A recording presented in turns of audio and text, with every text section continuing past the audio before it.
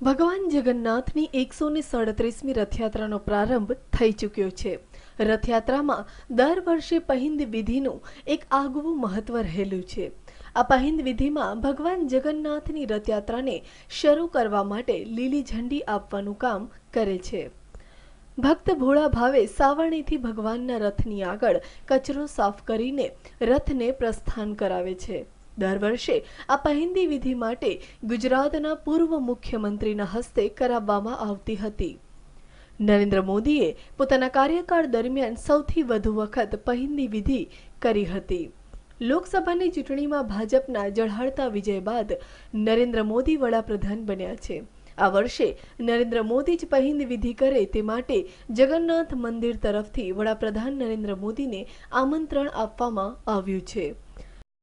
अमे तो अपेक्षा की कने माननीय वडाप्रधान नरेंद्र मोदी तो जगन्नाथ परिवारना एक वडील सभ्य छे। अहींया 4 वर्ष सुधी रह्या हता એટલે અમારી તો અપેક્ષા છે કે અમારો વડીલ આવે ને પહિંદ વિધિમાં સામેલ થાય, પણ ત્યાં જે સંજોગો કેવા છે એ જોઈને એ લોકો નિર્ણય લઈને અમને જાણ કરશે।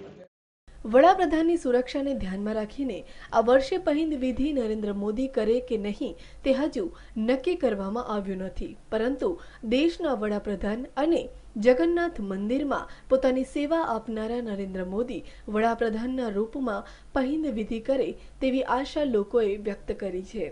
કેમેરામેન ભાવિક પરમાર સાથે મિહિર દુધરેજિયા, ન્યૂઝ ઓનલાઈન, અમદાવાદ।